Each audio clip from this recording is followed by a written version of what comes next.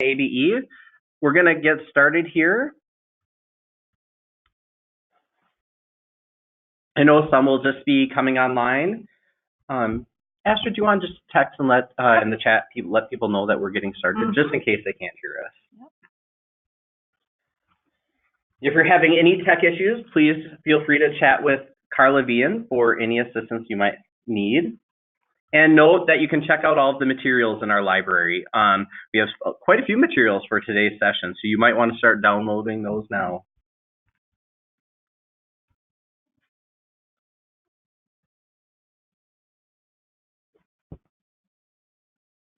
This is our first official web chat with MN ABE for 2020. Very exciting. From the Minnesota Department of Education, we have Todd Wagner, State Director. Julie Denko, Transition Specialist. This is Astrid Leiden, Adult Basic Education Professional Development Specialist. And I'm Jody Versa, the Program Quality Specialist. And this is Brad Haskamp, the Secondary Credential and Policy Specialist. We do have others from our team joining us. For example, Sherry Eichinger, our administrative support, is also joining us from her area. Throughout the session today, you can share your share your ideas by chatting them into the webinar's chat function. You can also raise your hand by clicking on the little hand icon to ask a question over the phone or headset when we have our Q&A period. And then we can unmute you. And as always, if you have any technical assistance needs, feel free to chat in with Carla. At this point, have we started recording? We have. Excellent. Today's agenda, we have 7 items on the agenda. As you can see here, we have some introduction and announcements. We'll talk about professional development, then grants, adult secondary credentials, data and accountability, transitions, and then we'll have time for questions. So let's kick off with Todd and announcements. Good afternoon, everybody. I just have a handful of quick announcements, things that we think you would like to know about. First is thanks to everybody who attended and participated in the Fall Managers Meeting. Just wanted to make sure that folks know that the materials from that meeting are posted on the mnabe.org website under our State ABE Presentations section, which you can find by navigating on the navigation bar on the left of the screen on that website. Also wanted to let you know that we heard in feedback from you and also just our sense of the day that it was a very, very full day, very dense with information, a lot of presentation. And so we're thinking about ways that we can reformat in the future, delivering that information, and to accomplish probably 2 things. One is to spread that density of information out over a longer time period, so putting more of it in some webinars, for example. And secondly, then, to schedule in time during the day, during the managers meeting, for more interaction between peers, more interactive activities in terms of presentations, et cetera. So thank you for that feedback. For those of you who filled out evaluations from the managers meeting, know that we're working on trying to redesign that somewhat, and we would still be very happy to have suggestions, take your suggestions on how to do that. Okay, next announcement is that, as many of you may know, the Adult Basic Education Licensure Rule sort of came up in the PELSB, the State Board of Teaching's revision schedule. And there is a proposed rule that has actually been posted and is open for comment. And you can see on your screen the URL for going to that comment site. A couple things to let you know about the licensure rule. The first is that State ABE staff, along with a number of other stakeholders involved in the field, were very much involved in helping to draft the new licensure rule. And so generally speaking, we're really happy with the structure of the rule. There are a couple things that are continue to be ongoing issues. One is the original drafts we thought were going to have a 100-hour practicum requirement for the license. The way it's currently posted, it's actually requiring 150 hours. And there's just one other small change in there, which is that it currently specifies that people with a license can serve folks 16 and older, and we'd like to see that changed to indicate that we can serve people who are no longer subject to compulsory attendance laws. So if you go on, those are two things, to make a comment, those are two things that you might want to think about commenting on. But also, just the last bullet on the slide right now, just wanted to make sure that you know that PELSB is looking for both positive and constructive feedback. So if there are things about even just a general comment about liking the rule as currently proposed, or perhaps with a change or two, is important, because for purposes of final implementation of the rule, they need to be able to show not only that they've satisfied criticisms, but actually that they're getting positive feedback from programs. So if you have time and are so inclined, I'd encourage you to go take a look at the rule and make any comments, both positive or constructive. Okay, next announcement.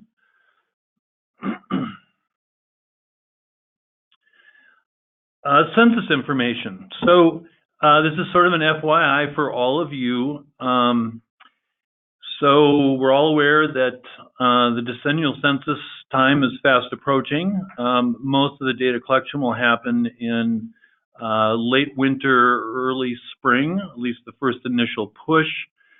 And certainly there's a lot of concern in Minnesota about getting full enumeration of everybody who lives here, and a particular population that is of concern in terms of counting are very much folks with demographics similar to people that we serve in our system. And so we wanted to make you aware of an opportunity that's that we just recently became aware of, sponsored by the sort of the state library folks. And this is a series of 2-hour trainings that are being offered around the state that are really meant to address concerns that, in this particular case, it was concerns the library community identified that librarians have about people coming to them with questions about how to respond to the census survey. And as we had a chance to talk with library staff, it occurred to us that really many adult basic ed staff may also encounter similar kinds of questions. And one of the concerns that the library folks had that might be similar for ABE staff is what do folks feel comfortable doing? Hopefully they do feel comfortable providing assistance to someone. And the purpose of these workshops is to sort of make folks more aware of what they can and can't do in providing assistance to someone. For example, you know, if someone came to a library or to an ABE program, could a ABE staff member, could a librarian sit down at a computer and actually enter the information for the individual? Or does that have to be done by the individual responding to the survey? And so similar questions like that. So you can see the dates on there and locations for those trainings. We also have a link to the registration, which you can see on the left. And if you are so inclined or have staff that are so inclined or interested, we would encourage you. The registration is limited for those, although our impression is that there probably would be, that they will have room for ABE folks to participate. We also hope to be doing some additional census-related training, perhaps during the spring regionals. That's something that we're still is kind of a work in progress, but we're collaborating with the same library folks who made us aware of this opportunity to explore the possibility of doing trainings then as well. Okay, next announcement. This is because we're in election season, and because we are for the first time in Minnesota going to have a presidential primary instead of using the caucus system to select presidential candidates. Excuse me. We wanted to just remind you we have a long-standing policy memo on holding programming on days when there are either caucuses or primary or general elections. And we have recently updated that memo. It's one of the attachments to today's web chat and is also posted on our website. And so just as a reminder, there is no programming allowed under state statute on the evenings when party caucuses occur. And of course, the reason for that is that caucuses over a limited time period, not the whole day. And if there's programming that conflicts, it would make it difficult for someone to attend their caucus. And then regular programming is permitted for primary, general, and special elections. And so those are basically the two oversights from state statute. If you have more questions, please refer to the attached memo, which has links to websites, to the statute, and other things. Okay, next one.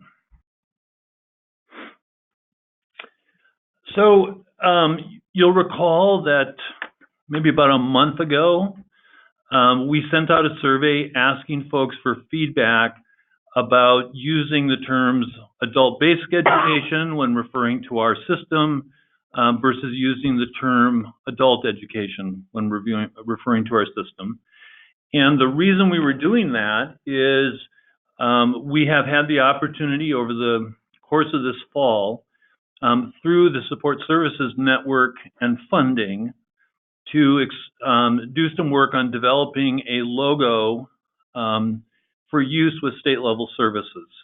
And so one of the questions that came up about that logo was, would it be used with the term adult basic education for the system, or would it be used with adult education? And given the results of the survey, for which we received over 350 responses, and those responses overwhelmingly indicated a preference for the use of the term adult education. So given that, the logo development and name usage that's going to be associated with state-level services, which would be essentially the Support Services Network, are going ahead using the term adult education. One thing I do want to share with you is that, so this is specific to that activity, at least currently. This is not a system-wide rebranding effort. There are references, the term adult basic education and adult education are used both in state law, in federal law and in state statute. And it is fairly common practice, and there is no official practice regarding which of those terms to use when referring to the system. So we simply wanted to have field input when we went to a standard practice with our state-level services. And local programs, at this point at least, are free to use the logos and naming conventions as you choose to do so locally. Okay, so thank you again for participating in that survey and getting back to us so quickly. The logo work is not, is getting close to being completed, but is still a work in progress.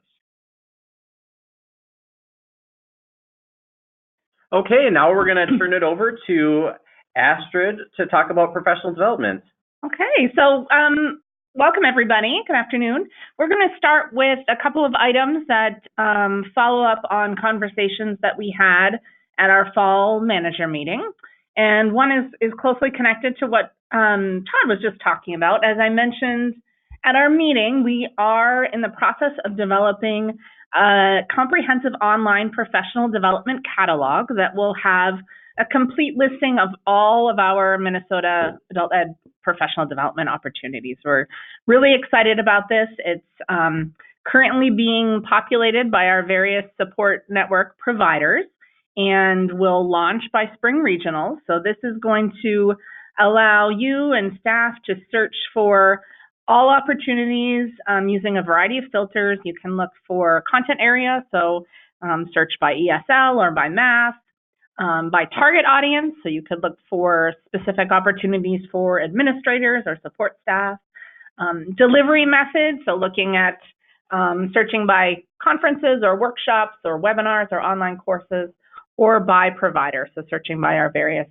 support network providers. So we're really excited about that. We think it's going to be a great tool for you all to use in planning for your program professional development, and then for individuals also to find PD opportunities that meet their needs all in one place. So stay tuned. We'll have an overview of that new tool at Spring Regional coming to you soon.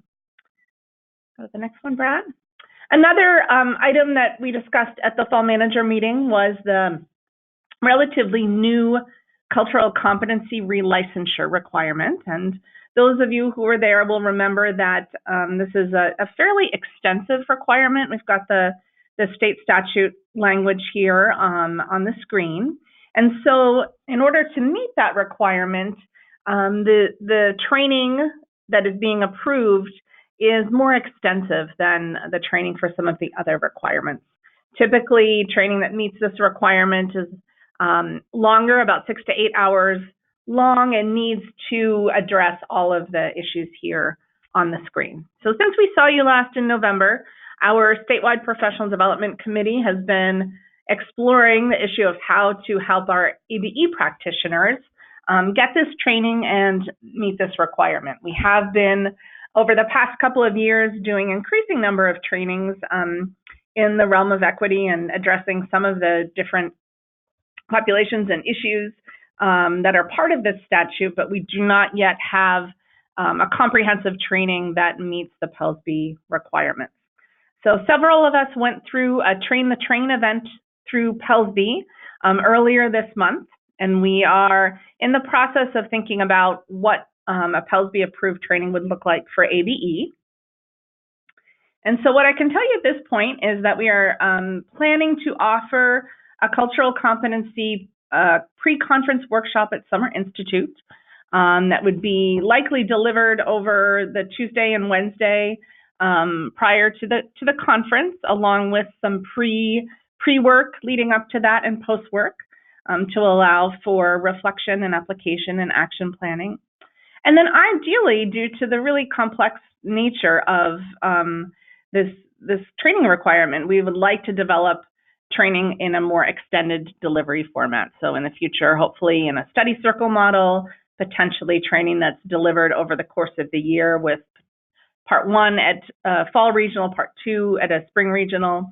So those are some of the things that we're thinking about and considering currently. In the meantime, there are a variety of PELSB approved trainings that those of you who have staff who need to meet this requirement this year can access. So there's a link to the PELSB approved cultural competency trainings here. We also know that Education Minnesota is offering cultural competency training to members with priority registration going to those who are renewing in 2020. We've also become aware recently through Kirsten Frugal-Seth about a new online course available through Northwest Service Cooperative Education Consultants for a very reasonable cost of $50. So there, I think, are opportunities, particularly if people take advantage of the online opportunities for folks who need to get this training right away. And then our statewide support network team is going to take time to really develop something robust and appropriate for ABE, starting to be delivered at Summer Institute. Okay. If any questions about that, you can go ahead and chat those in, and we can take them at the end of the PD section here. So looking ahead, want to make sure people are aware of a number of different opportunities coming up this winter and spring. So we've been hosting a series of webinars focused on adult career pathways. We've had 2 so far that have been really well attended. We're following a format that includes offering some best practices, some tools, as well as voices from the field. So you can hear from your colleagues who are having success and some challenges around delivering adult career pathways. So our next one coming up in the series is actually going to be tomorrow morning, looking at ways to effectively engage employers in ACPs. So hopefully many of you can join us for that one. Another coming up in February focused on building strong enrollments and marketing for adult career pathways. In March, we'll have a webinar with discussion about practices around delivering ACPs in a one-room schoolhouse setting. And then in May, navigation in adult career pathways.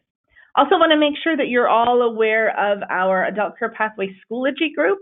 We've been having some great resources and conversation happening there where people are sharing tools and flyers and information about career pathways in their areas. So to join that, you'll need to join Schoology and then use the code on the screen to join that Schoology group. And note that that is a group, not a course. And then finally, please do save the date. May 1st, we'll be hosting a statewide Adult Career Pathways event. Our Transitions Professional Development Committee is in the process of designing that, and you can look for more information to come after our next meeting in February.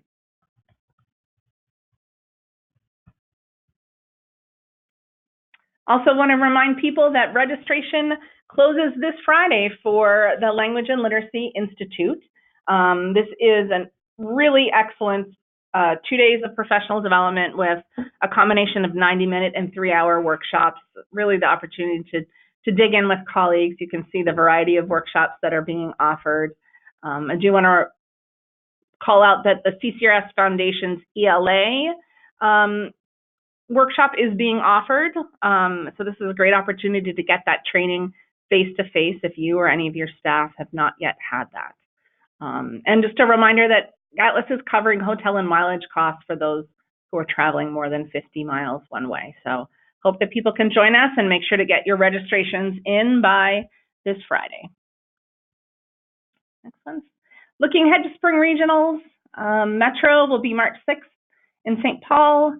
The North Regional will be in Grand Rapids on March 26th and 27th, and the South Regional April 17th in Mankato. And as we've done in the past couple of years, we will be offering our ABE Spring Grant Application Workshop embedded as a concurrent session at all 3 of those regional events. And then we'll also offer a virtual option for attending that during our May 6th web chat.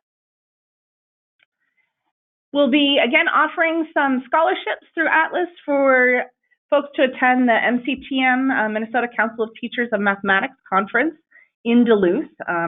The application is up and ready on the Atlas calendar. This is really an excellent opportunity to network and learn from colleagues in all different contexts, from elementary to secondary to college settings. Our ABE practitioners who have been attending over the past few years have really found this to be a valuable opportunity. So hoping some new folks can attend again this year. We have a new activity coming up on May 8th. Over the past few years, we've been offering our CCRS implementation cohort, so training teams of you from your programs to go back and implement the CCRS standards and align your curriculum and instruction. And one of the things that we've hoped to do here for a couple of years is be able to better support those of you who are in instructional leadership roles in your programs in being able to deliver training and resources to your colleagues. So this is an opportunity for anyone in an instructional leadership role currently or who might be in an instructional leadership role in the future to come together with others from around the state to receive some new custom designed training materials and resources, get some support around leading professional development back in programs, conducting classroom observations and giving feedback, and do some action planning for tailored, embedded professional development back at your site. So mark your calendars, think about who in your program might be a good fit for this opportunity. Ideally, people coming to this Instructional Leadership Summit are those who already do have a strong foundational understanding of the standards. I've been doing that work in their own classrooms and programs. It's winter, so it's webinar season. We have many different webinars happening over the next few months. You can find all of those listings on the ABE Professional Development Calendar on the Atlas website. And just want to remind you that if you miss a webinar, you can go to our Minnesota ABE PD YouTube channel, where we record and house many of those webinars. So go ahead and check those out if you've missed one. And finally, just want to let people know that our colleagues over at Atlas have been hard at work developing a new resource library that I think will be really useful for those of you engaged in high school credential programming and the adult diploma, thinking ahead to preparing students for the 2020 census. So this is a social studies and civics resource library, sections on civics and government, citizenship, history, economics, and geography. And that is still in process, so there are some things there now, and you can expect to see new materials being added all the time. So I hope you'll check that out. Thank you, Astrid. Now I'm going to turn it over to Jody with grants and applications. All right. Hi, everybody. So just a couple of quick reminders about upcoming applications. So first of all, per usual, the annual applications for state and federal ABE funds will be due on June 1st, which is the same as every year. As Astrid already mentioned, we will, in our office, be doing a workshop to, walk you through that application and make sure you know everything you need to know in order to be able to fill it out. And we will be doing that at the regional events, once here in the metro, once in the north, and once in the south. And if you aren't able to get to any of those, or if you'd like to hear it again, or maybe have your business manager join you, we will also do that on our next web chat, which will be on May 6th. So no more new information about that application now, but please do make a point of catching one of those presentations this spring before you work on that application. Then just a couple of reminders about the 5-year narrative. So just making sure that everybody remembers or knows that all ABE consortia are required to do the narrative application on a 5-year cycle, or now, actually we're now kind of on a 6-year cycle because we had the federal competitive application 1 year. So if your consortium is listed on this slide, I know you know who you are because you were all at a workshop this fall, and your narrative is due in 2020, so on June 1st of this year. Other groups have had around this time of year, so, yep, thanks, Brad. Have had around this time of year a webinar check-in for the cohort. So I'm going to be sending out an email to those of you in this group within the next week or two, just to see if you'd like to do that. It's definitely not a requirement.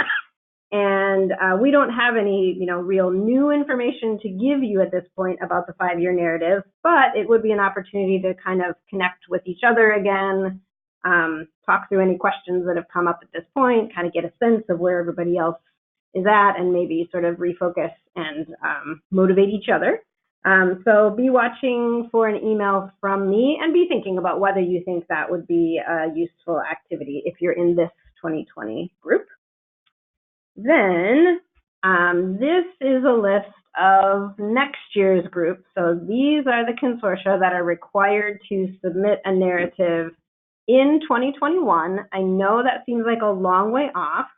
However, the truth is that there are some things that you folks, if you work for one of these consortia, that you need to have on your calendar at this point. I will also be emailing this group of consortia soon, just to make sure you're aware of these requirements. So for 2021 narrative consortia, the first thing you'll have to do is be reviewers for the 2020 narrative. So that happens in June, and then on June 25th, all the reviewers will come together for an in-person session here at MDE to talk through and score those narratives. And then this fall, so scheduled for September 29th, there will be a narrative writers workshop. So again, if you're in one of these consortia listed on the left, just know that you've got a narrative application coming up, and be watching for some more communication from me about that. that's all I've got. Okay. Thanks, Jody. Now, this is Brad. I'm going to talk, I have some things to share with adult secondary credentials, our diplomas, GED, and other high school equivalency options. So we know that the MN GED code is still, is working again. There was a brief point from at January 1st where it was not working. There was a contract issue between the Minnesota Management and Budget and GED Testing Service that took way longer than we anticipated, so we apologize for that delay. But that code is now active, and so students can use it, or potential testers can use it as they schedule tests between now and June 30th. And note that it will be good until the funds are spent. We anticipate that this code will be good, and the subsidy will last basically into March. What that means is if someone tries to use it now for a test scheduled in June, that counts against that run up. So a person might technically use it now, sign up now for a test that they're scheduling in June, and that might be where they would end up using it even after the subsidy runs out. But again, that's all part of the coding that GED Testing Service offers. Note that from July to November, that's the only data we have to date based on billing. More than 50% of the subsidy has been spent at this by the end of November. So based on December and January, we know that even more will have been used up by this point.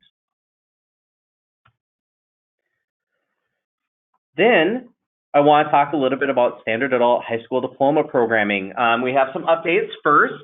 What's really exciting for all of you that are standard adult diploma programs, our new CID-based portfolio is launching next week, and we're going to be announcing a webinar in an email later on to help you train on that system.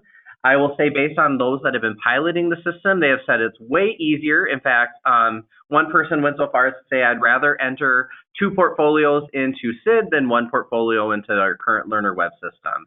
So that's pretty good. That's a pretty good comment there. I hope that I hope that we've been getting positive feedback from everyone so far. Definitely a lot fewer clicks, a lot fewer and fewer uploads potentially needed in this new system. It is very user friendly to the point where Jenny goes, I'm not even sure what we want to do in a training. It feels pretty straightforward, but we will provide some online and some in-person training. Also, for standard adult diploma programs, we have our standard adult diploma 101 training that will be Monday and Tuesday, May 4th and 5th. And tentatively, we're planning on having that at the Minnesota Department of Education. Also, means it's also time to fill out those applications. We will be sending out the application by January 22nd. And you'll get an email from Sherry. It'll also be posted on mnabe.org, those applications. It's a pretty straightforward application. It should take you less than 20 minutes to complete if you have all the information about your staff. The application is due March 3rd, and if you're wondering, should I submit an application? The answer is yes, if you're a new consortium that wants to offer the standard adult diploma, or if you're a consortium that already offers a standard adult diploma but wants to expand it to new sites. And I've heard from a couple of programs, or at least one program in each category that's thinking about this. So if that applies to you, then you should be applying. FYI, we accept 1 application per consortium. So if you're a site within a consortium, you should be working with your consortium manager or others in your consortium that want to submit an application. You can fill it out together. No need to duplicate that process. And finally, with the High Seas competition, this is the year of the High Seas competition. Knock on wood. It finally looks like it's going to happen. Todd and I from the Department of Education and Margot from the Department of Corrections have finalized the materials for the RFP and we're on the same page. And currently, Department of Administration is reviewing those materials and point allocations, and we will be meeting with them soon to kind of finalize this process. What we have to do next is make sure that we have approval from administration on the point allocations and the materials.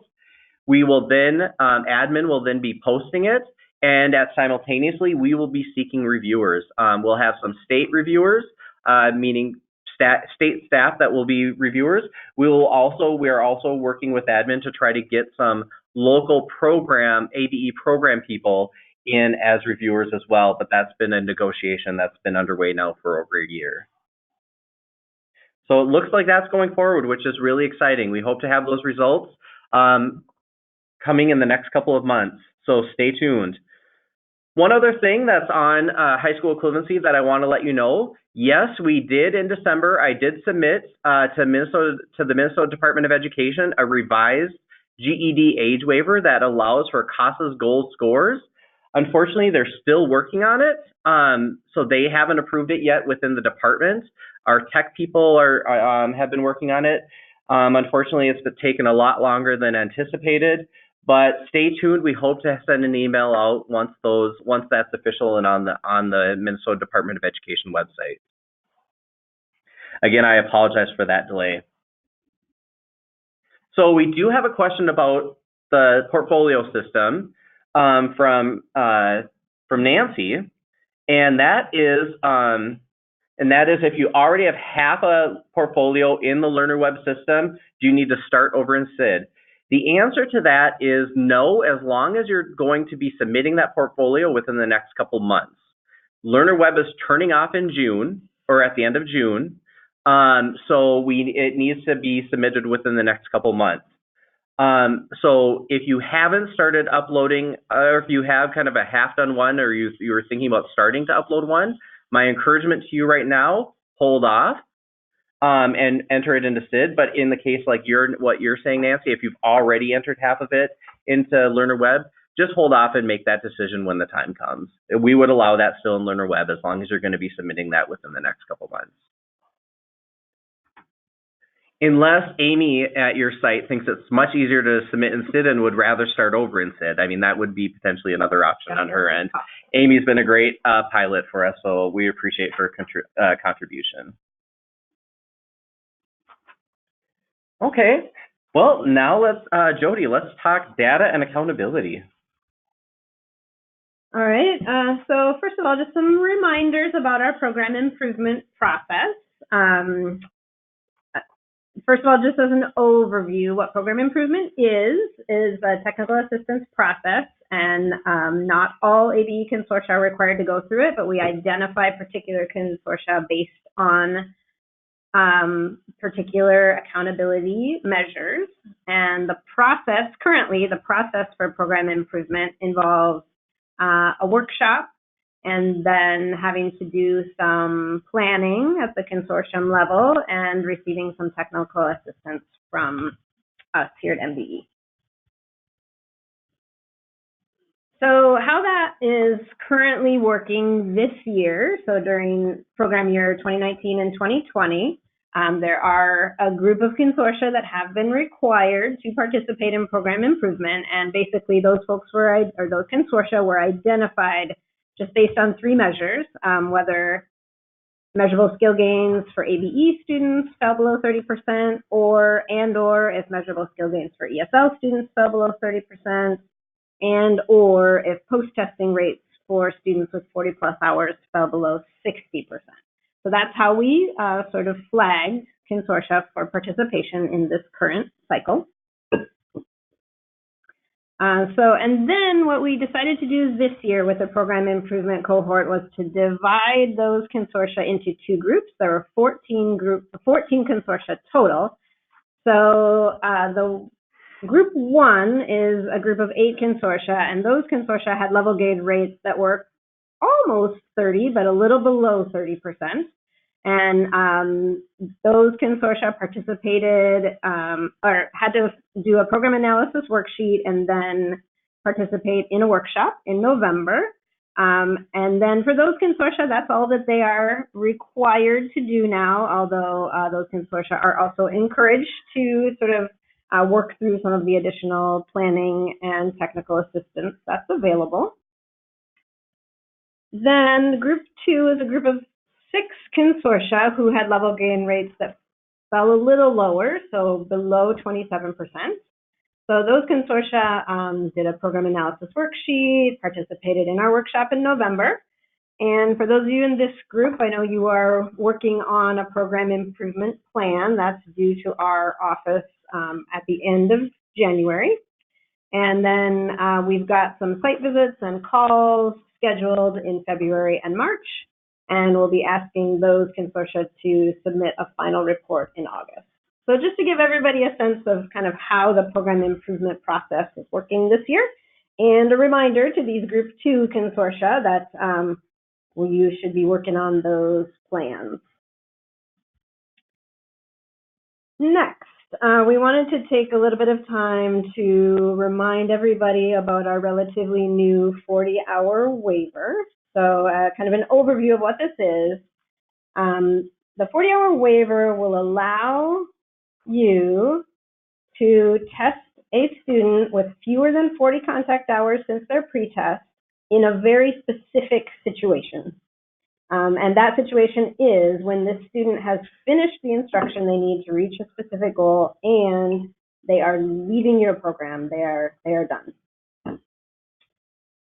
So more specific details about how this works. It is now available in CID. It is a history item in CID. This is the technical language from the policy that says that this waiver is available when a student plans to exit the program and one of the following two things is true. Either they've completed a course of study or they are ready to complete a secondary, college-ready, or occupational assessment or credential. An important note is this waiver must have program administrator approval. So somebody in the leadership role in a program or at a site needs to approve this and make sure it's being used correctly. And a couple of examples of instances when this might be used. It could be used if somebody did like a short-term Accuplacer prep course and they're done and they're ready to go on. Might be used in the case of GED prep, particularly at the end of the program year. So if they're not going to finish their GED, if they're not going to get that last test passed until after July, you can use this to be able to get a post-test from them within the program year. Another example might be if they're doing like a CDL program and it's only 30 hours.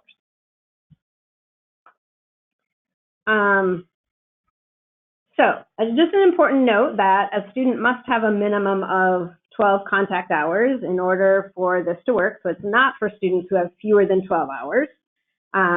And this is a couple of screenshots here of what it looks like in CID.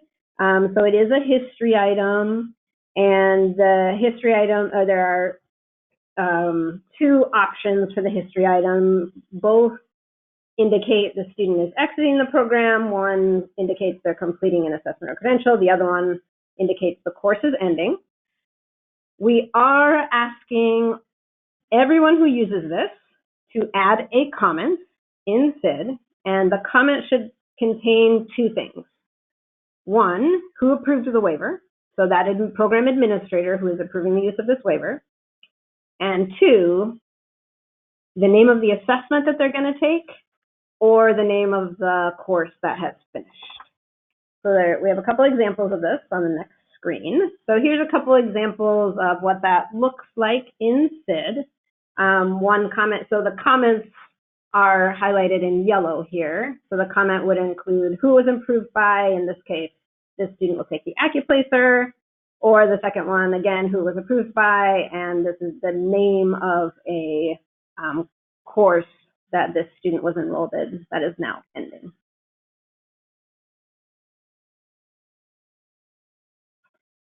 A few FAQs that we've been getting about the 40-hour waiver. One is, can we use this for a student when they are being released from corrections, from jail or prison? And the answer is no. We do recognize that it is difficult to get level gains from students in correctional settings, often because they leave without much notice. We recognize that that is problematic, but this waiver is not intended to address that situation. The answer to that one is no. Next question, can we use it for a student who's leaving because they got a new job? The answer to that is probably not. I think. Let's make sure that's the answer. Okay, generally no. I was with you, Jody. Yeah, right. Oh, like high stakes here. So generally, no. This is for a student who is leaving because they're finished with the instruction that they came to you for. They're finished with the instruction that they needed. Now they're equipped to get that next step or to do that next thing that they're moving on to. So it's not intended for that situation. Another question we're getting is, can we use this for ABE students co-enrolled in college? The answer to that one is yes, as long as they're completing a course and they're moving on. They're not going to be in ABE anymore.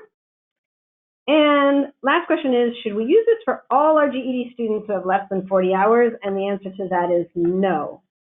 Only this, because, and the reason the answer is no is because completing the GED is a measurable skill gain.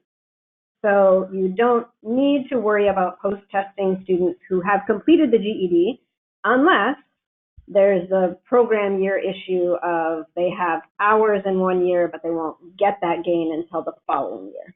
That is an appropriate scenario to use this waiver. We have another question. Brian has a question. He's wondering, would a course for driver's licenses in ESL community qualify? What would that look like?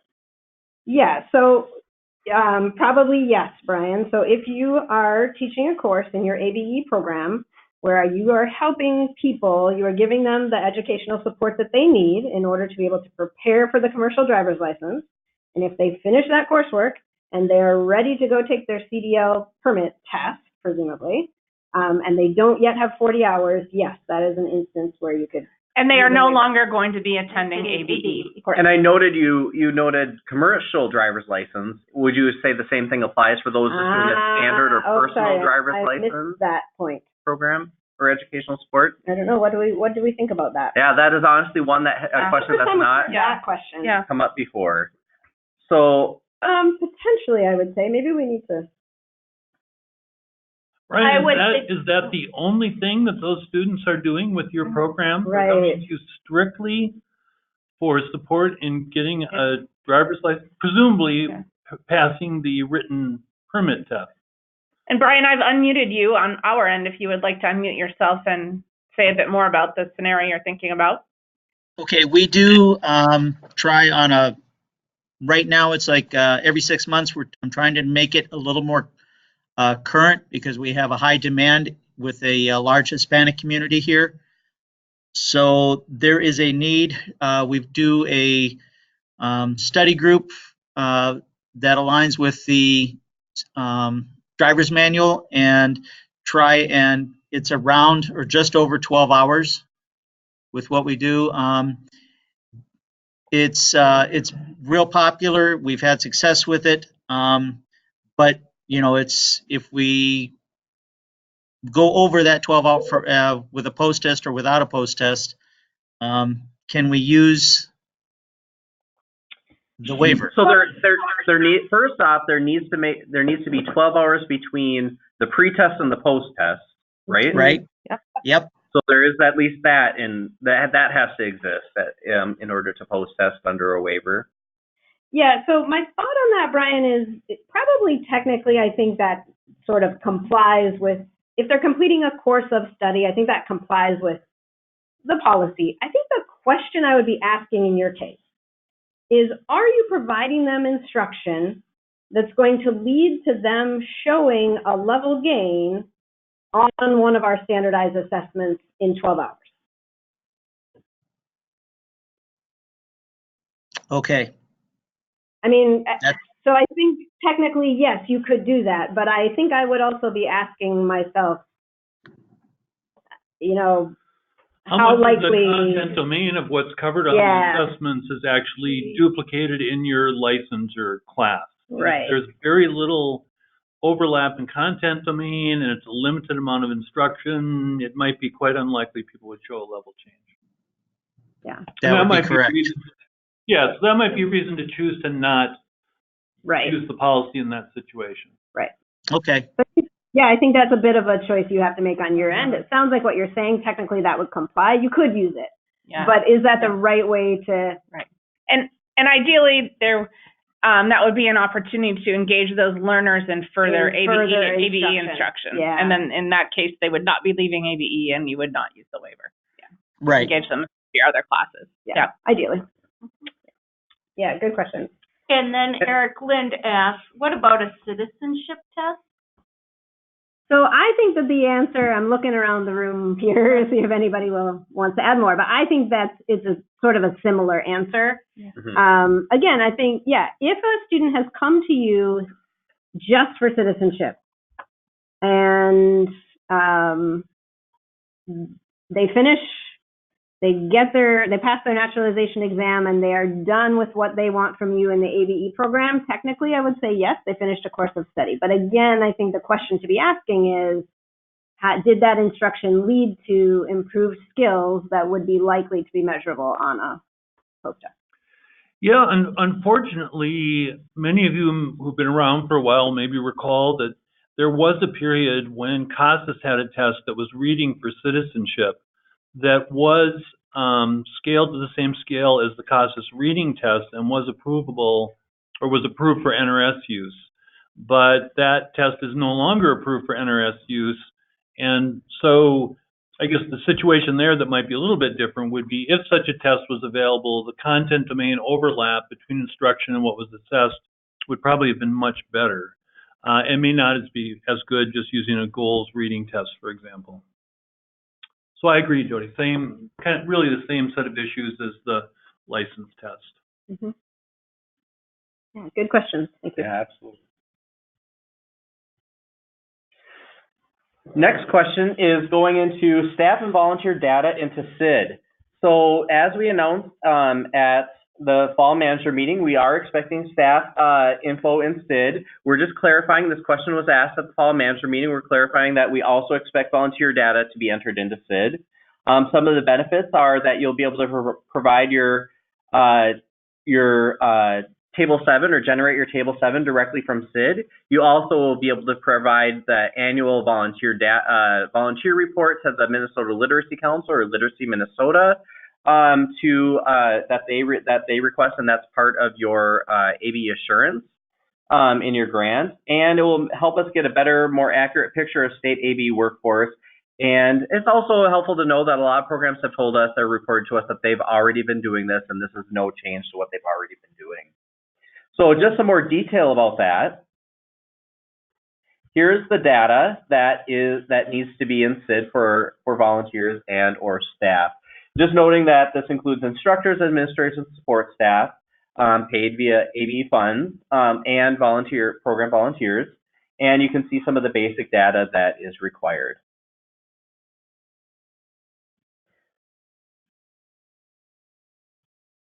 Another piece about staff training in CID is that we are now unveiling a new way to track staff training in CID. Based on the input that you gave us at the fall manager meeting and we built on with our statewide PD committee, we are revising that list of staff training options in CID, and that will actually be available already tomorrow, which is exciting.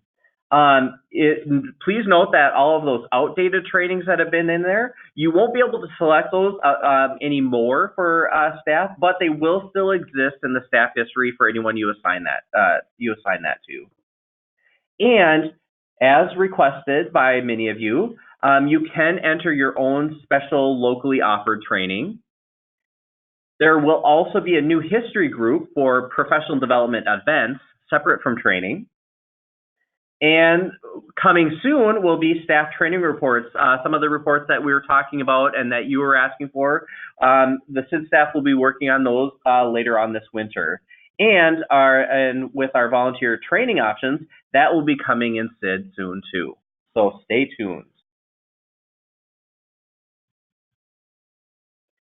And following up with the fall manager meeting, we have made a decision on a current and prior month data entry window in CID. Starting May of 2020, ABE programs will be required to enter student hours and test score data within 1 to 2 months. Basically, the data entry window that you'll have starting then will be for the current month and the prior month. So you'll always have 2 months, technical months that are open, like April and May. And at the first of each month, that's when it will advance to the new month. So for example, all May 2020 data must be entered by June 30th of 2020. And as many of you know, that is really what our expectation is for a lot of the June submission and the August submission anyways, to make sure that we get all of your measurable skill gains cataloged and that we get all the data that we need when we do our August data extract for a lot of our data matching. Some of the benefits of this, it will, like we noted before, it'll adhere to best practice. This will work for distance learning hours. For those of you that are entering those monthly, that still gives you that month to kind of get that entered in. We have heard from programs that, where there have been some missed opportunities for possible post-testing. This is especially true in cases where students are participating in programs or may have participated in programs in multiple consortia or multiple sites. It also helps preparing those data submissions or those reports that we ask from you easier on your end or just more consistent to our regular data practice or business. And it allows us, as we need, because we've had increased needs or requests every now and then for other types of data to be pulled, it allows us to ensure that we can pull that on a more frequent or regular basis as upon request.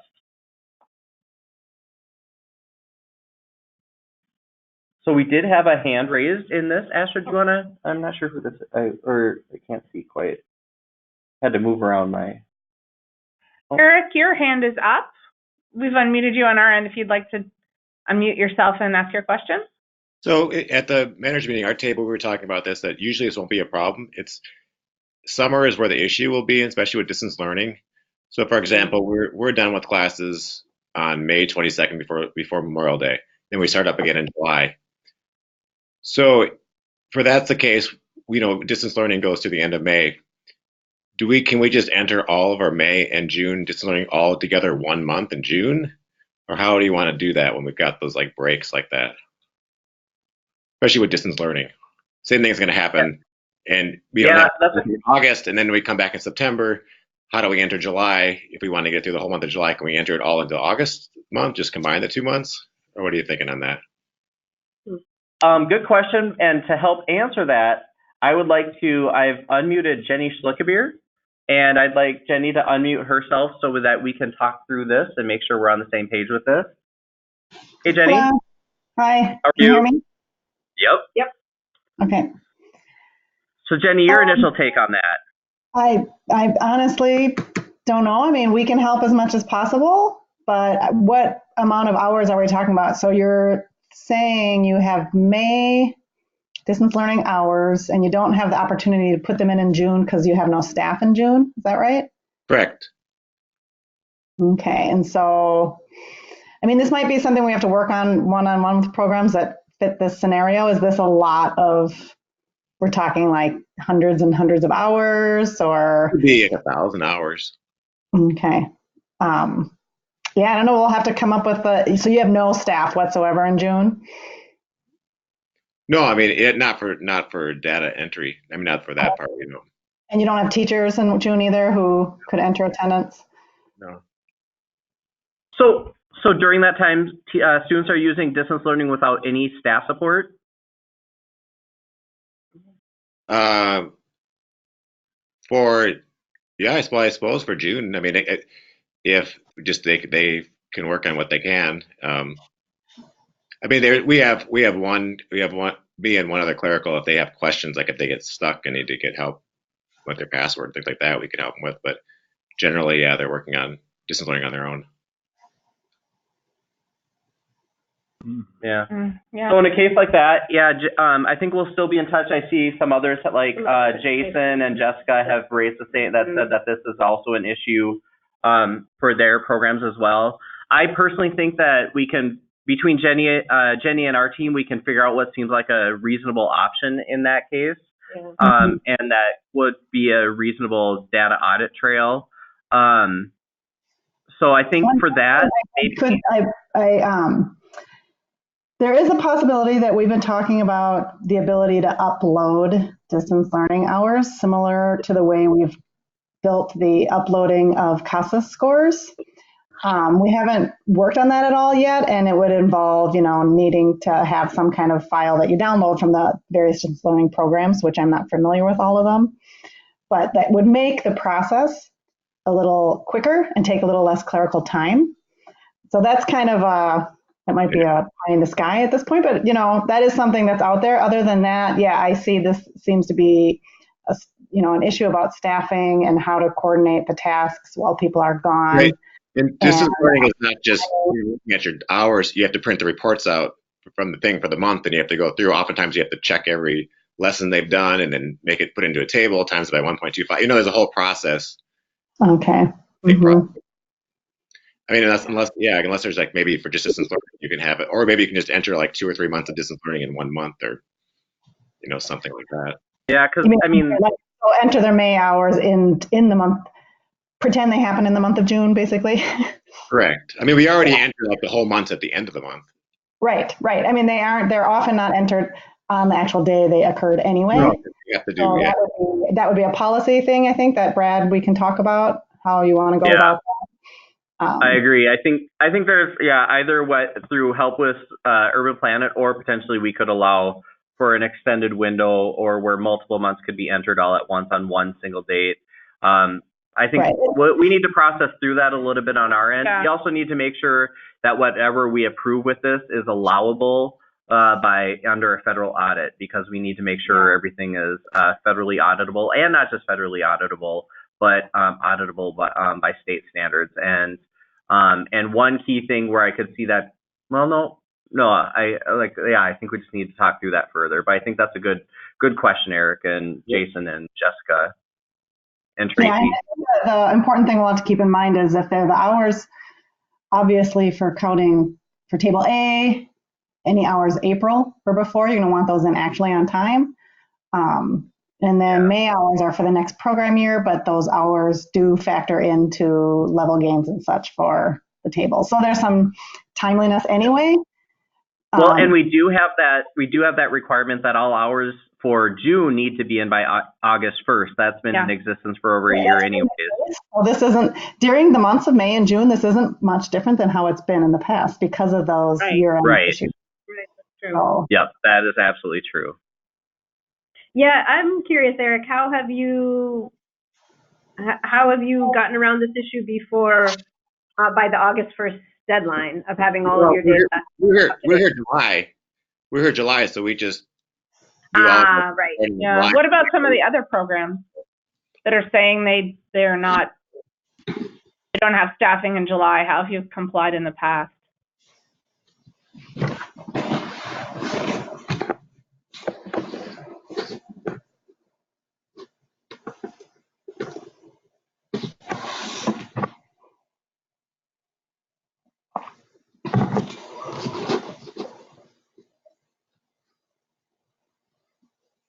So what we're referring to is that we have a deadline at the beginning of August when you all have to submit level gain reports to us.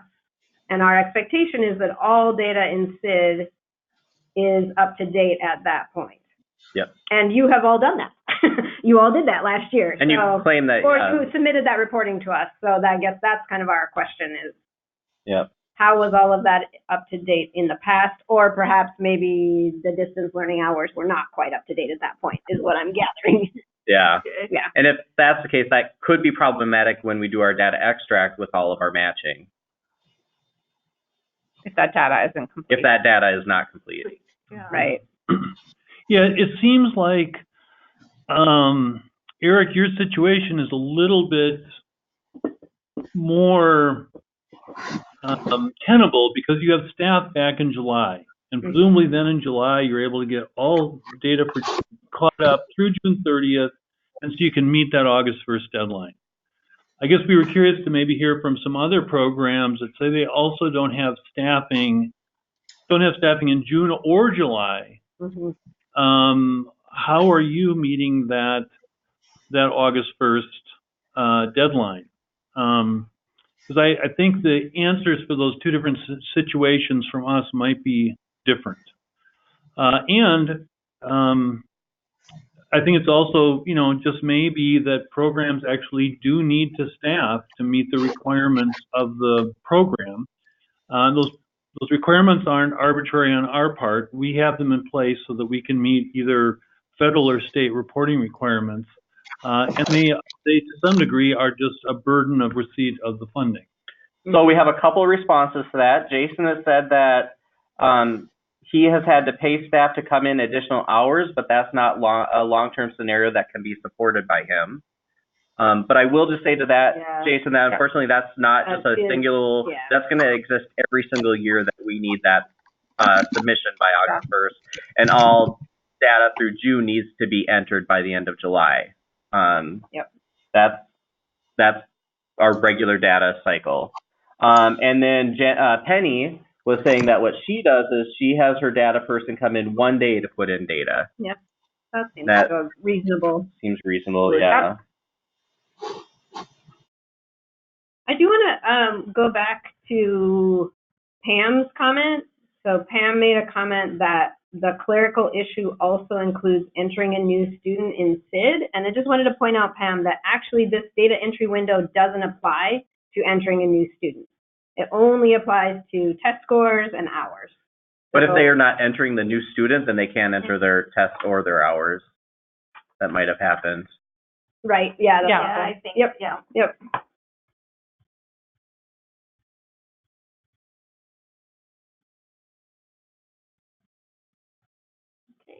Yeah, got it. That makes sense, Sam.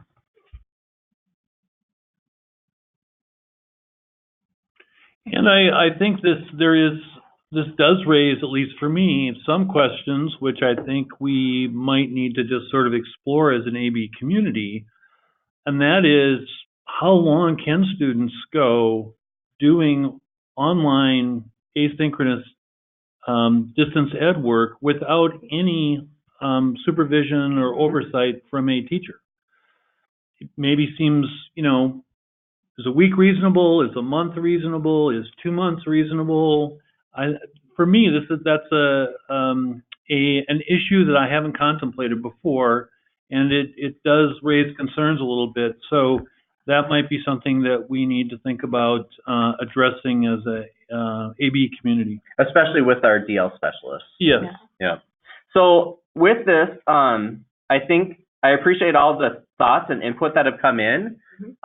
This definitely gives us some information to process, and we might be reaching out to some of you for more information, but we'll have additional follow-up on this via email and or the spring regionals by the time of the spring grant application workshop. But I really appreciate all your thoughts on this. This is very helpful. So continuing in our data mine, we also have been noting, Jenny has helped us find some cases where when we're doing the GED passer match in CID, that some students still are not being matched even though everything looks correct or the same between CID and GED Manager or GED.com.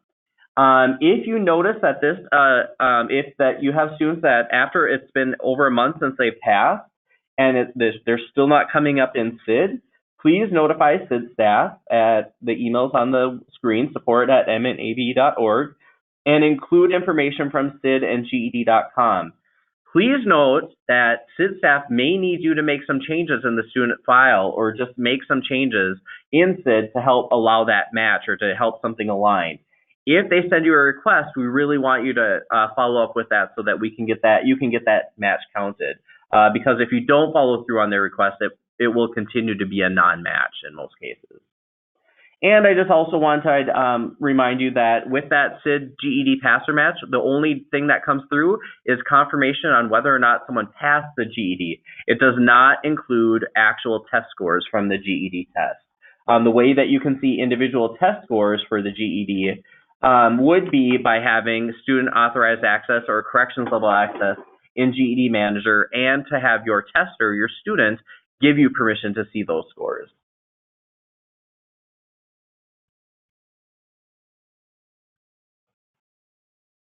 Okay.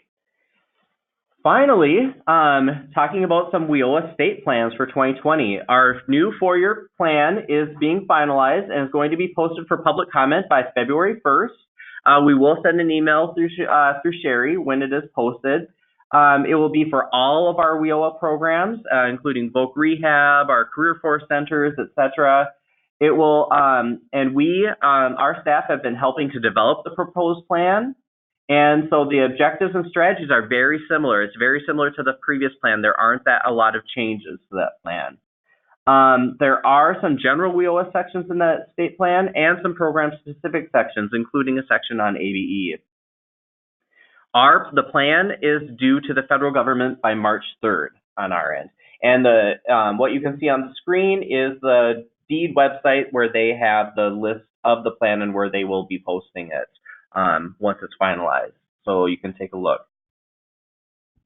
The other reason we're talking about our new four-year state plan is because that also is the kickstart of our new targets negotiation. Couple key things this year, not only will we, for 2020-2021, not only will we have targets for measurable skill gain, but for the first time ever, we're going to have statewide targets for employment and after second quarter, employment after fourth quarter, median quarterly earnings, and credential attainment plus. So stay tuned for a little bit on that. Note though that what we submit March 3rd as targets, that will just be our kickstart, our initially proposed targets from our office based on federal guidance that they have yet to send us. And after March 3rd, we will go into a more intensive negotiation with the federal government to finalize what our actual targets are. And for anyone that may have forgotten, this year's super target for our MSGs is 44. 44% of your students with ABE levels should be making a measurable skill gain, and I should clarify, of your participants. And 44% of your students with ESL levels that have 12 plus hours should be making a measurable skill gain.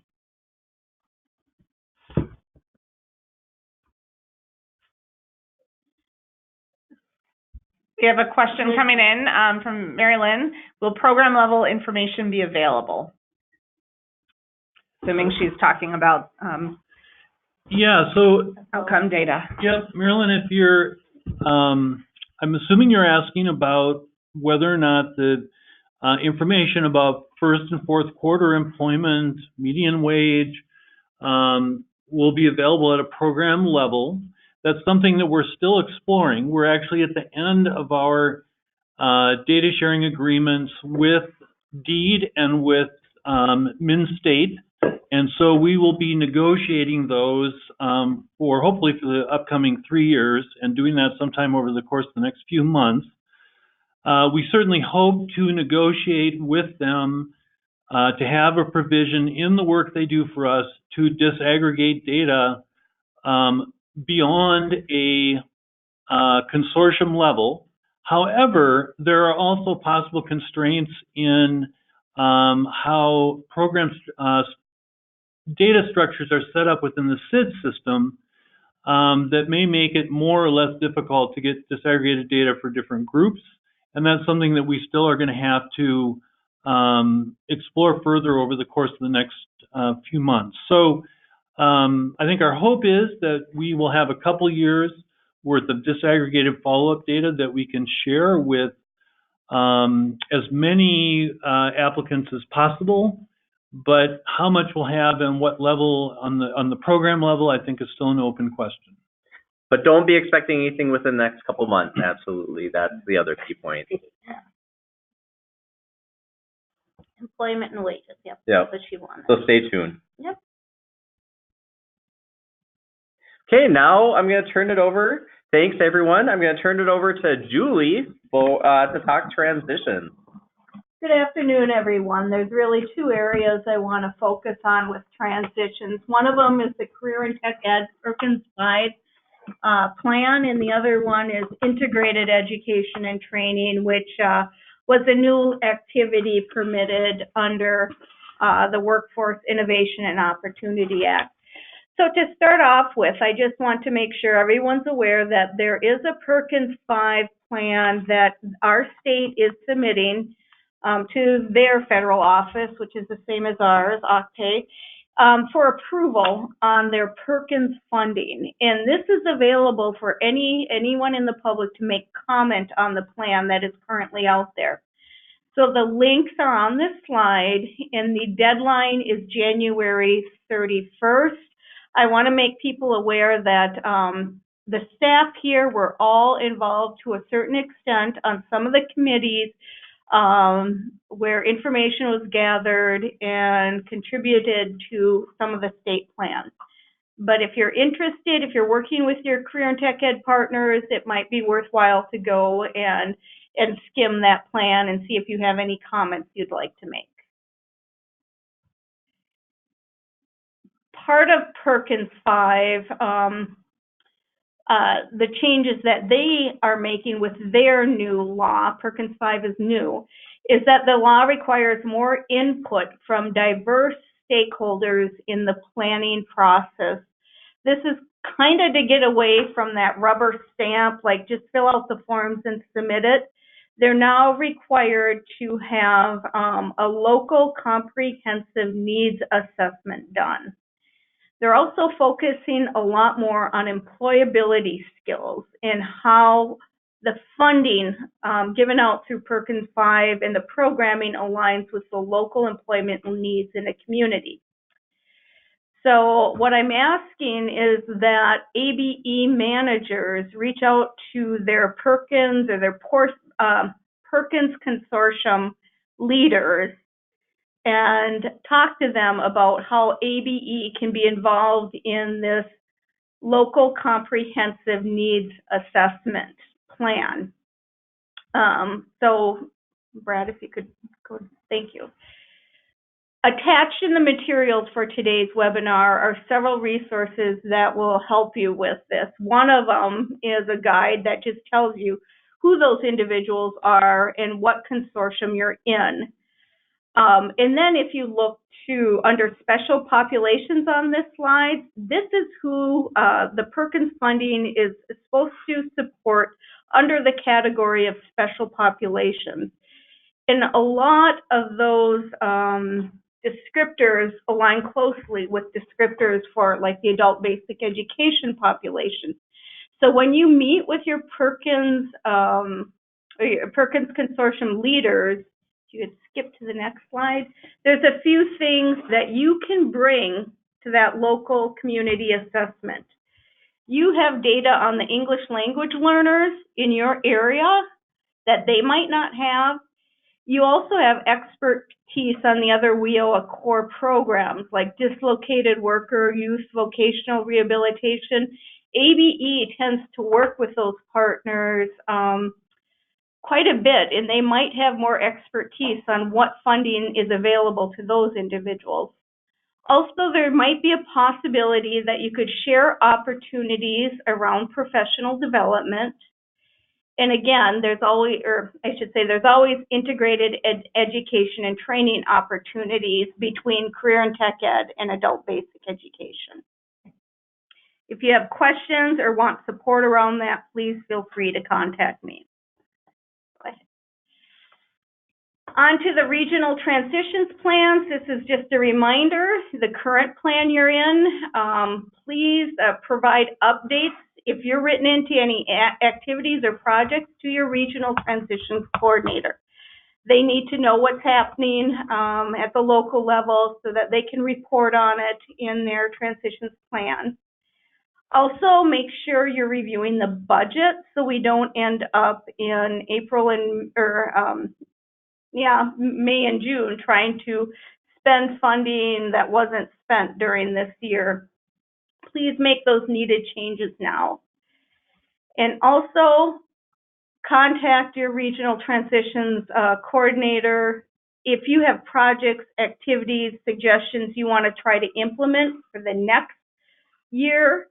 There will be a focus or an increased emphasis on integrated education and training for this upcoming year around transitions. So start discussions now.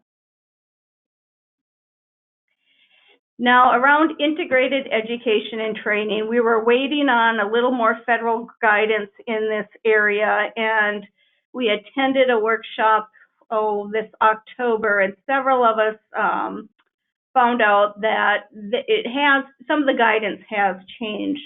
So one of the things we're going to ask for is more detail on the integrated education and training programming that is happening locally. So what I have attached in the materials is a draft of an integrated education and training approval form that we're going to ask individuals to complete. And if you have an IET this year, I'm also asking that you complete this form as well. And it will give us better data on the integrated education and training programs in Minnesota. And initially, it's just basic information you can tell, like consortium name, occupational career cluster, training partner, blah, blah, blah. You can read all those. There will be a guide sheet that will go along with this just to help you fill out the form. But this is what the first portion looks like. The next portion includes something called shared learning objectives. We've been very lenient about this in the past. We're going to have to firm this up going forward.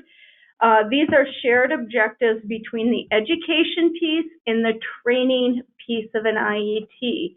So you'll need to list what those shared learning objectives are, and also talk about the co-planning and communication activities that are happening.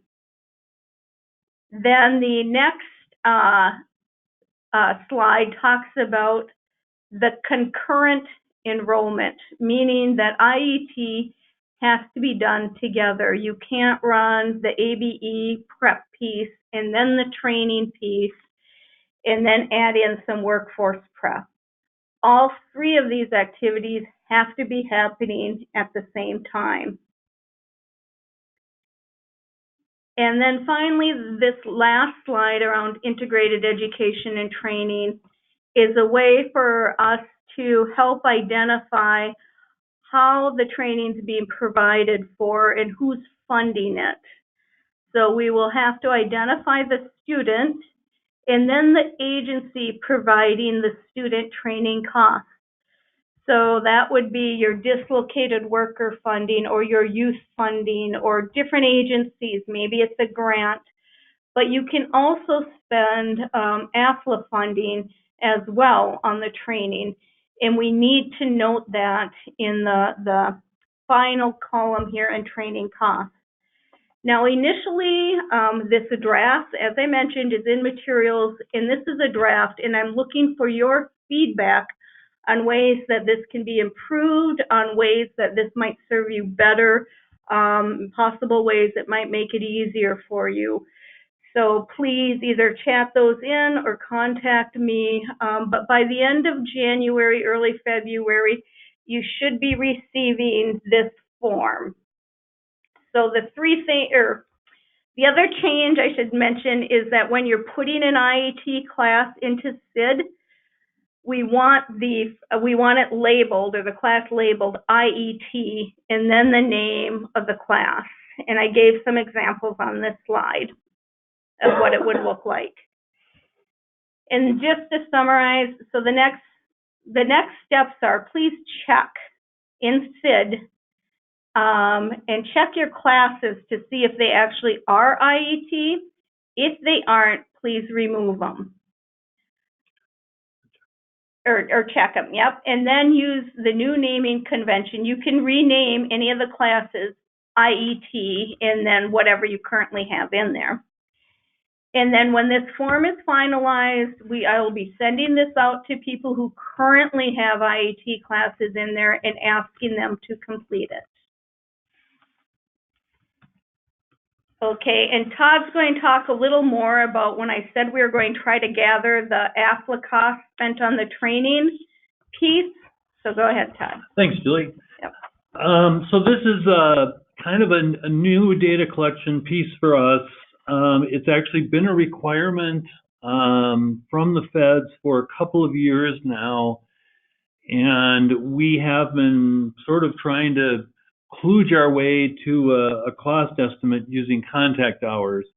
But we need to bring our data collection in line with the federal guidelines, and so we are going to begin asking you to record occupational training costs that are covered using either state or federal ABE funds for reporting at the end of the year. So first of all, as Julie just mentioned, you are going to be asked for the training cost on the IET course approval form. So that's one instance where you're going to be coming up with an estimate of that cost. But what we are going to be asking folks to do, and we're going to collect this data for the 1920 program year. So we're asking you to think back all the way to the beginning of this fiscal year, that you keep track of the actual training cost. So for example, let's say that you have a CNA class that you're offering as IET. So there's an occupational training component, there's an employability skills component, and there is a related literacy skills component to it. And let's say you have actually contracted with your local hospital to provide you with somebody who can do the CNA training, and it's an adult basic education staff person who is providing the IET portion, the concurrent and aligned literacy instruction and employability skills. What we want to know is, what is it costing you to contract with that occupational trainer, the person who works for the hospital, or whose time you're purchasing from the hospital. So as you can imagine, the purpose of this is the feds are trying to figure out how much AFLA and AFLA match money, so how much federal ABE funds and related state ABE matching funds is actually going towards paying for occupational training. That's what they're wanting from states, and that's what we're going to be asking for from you. And we don't have specific guidance on how you would collect that. I could imagine something as simple as a spreadsheet with the name of a class and perhaps the teacher who was providing the occupational instruction and the cost for that class. And you keep that for every class that you run. At the end of the year, you just sum that up and report that to us. So a couple caveats then. And I guess what I'm asking you to do is to start a process like that right now. Think back retrospectively to the beginning of this fiscal year, and then complete it or keep that information through the end of the fiscal year. A couple things to mention. P2P funds are not either federal or state ABE funds. So if you're part of a P2P grant and P2P funds paid for the occupational training portion of an IET class, you would not be reporting that amount, nor would you if the instructor for an IET class is a college faculty person paid by the college. So that would be two examples where if the occupational training portion is being paid for with some other pot of money, don't record it. Also, if in your IET model you have an occupational training class where there is a single person paid by ABE who is doing all of the programming, we're going to want a prorated share of that person's time that actually goes towards the occupational training. So, for example, a way to think about that might be if you have a CNA course that at your local two-year college is normally 20 hours in length, and you are offering one in your program with a teacher who is doing all three components, and it is 40 hours in length, our assumption would be that essentially you have doubled the time of that class in order to make room for the two ABE portions, the literacy skills and the employability skills, and so that 20 hours of that 40-hour class would actually be occupational training, equivalent to what's being done at the local college or a hospital. So anyway, if you have more questions about that, we can certainly answer them. I just want to let you know then about how are we going to collect this information. As I noted earlier, Julie's going to be asking that on the class form approval, but that's just a class by class. We're going to eventually be asking you for a lump sum total amount. We reported actually twice to the feds, once at the end of September and again with our data report, and again at the end of December with our fiscal report. And so we had thought about putting it on the completion report, but that timing is too late for the end of September reporting. And so we thought about collecting it with other grant application, but that comes too early. It's not the end of the fiscal year. And so we will likely come up with a mechanism for you to report that information to us that would be due sometime in August or September. And so we'll keep you posted as we figure out how we're going to do that. And in the meantime, if you would please start making sure that you've kept track of those training costs, that's all you need to do for right now. Now, Todd, if a program is doing IET, but it's the Career Force or P2P or some other entity paying for that, that's okay, right? It's okay if maybe you have zero costs for career training where you're using ABE funds? Yes, absolutely. And in fact, I think from our perspective, it is preferable that you have found another source of funding to pay for the occupational training. The ideal classic IET scenario is that you have a college faculty person who is teaching the occupational training content and an ABE staff person who is providing just-in-time related literacy and soft skills programming. So that's the ideal model. That's the model we want to pursue, is funding the occupational training using some other funding source other than adult basic education. If no other possibilities exist, and sort of as a last resort, if you're finding that you need to cover occupational training costs with ABE funds, that is allowable under federal law, but should be essentially a last resort as a way for covering the cost of the programming. For the sake of time, I'm going to move on, but thank you, Todd. That's really helpful.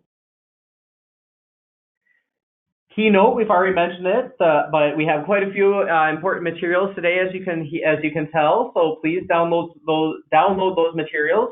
The recording, PowerPoints, and handouts will also be available after this session on the Literacy Action Network website, like all our other web chats with MN ABE. Our final web chat of this fiscal year will be May 6th, and that will be our grant application session. So stay tuned. We look forward to seeing you all virtually then. Thank you all for all of your great feedback, participation today. You will see an eval after you close out of this session. So feel free to. We really want you to fill that out and give us as much helpful feedback as possible. Thank you. So now let's we can stop recording, and then we can open it up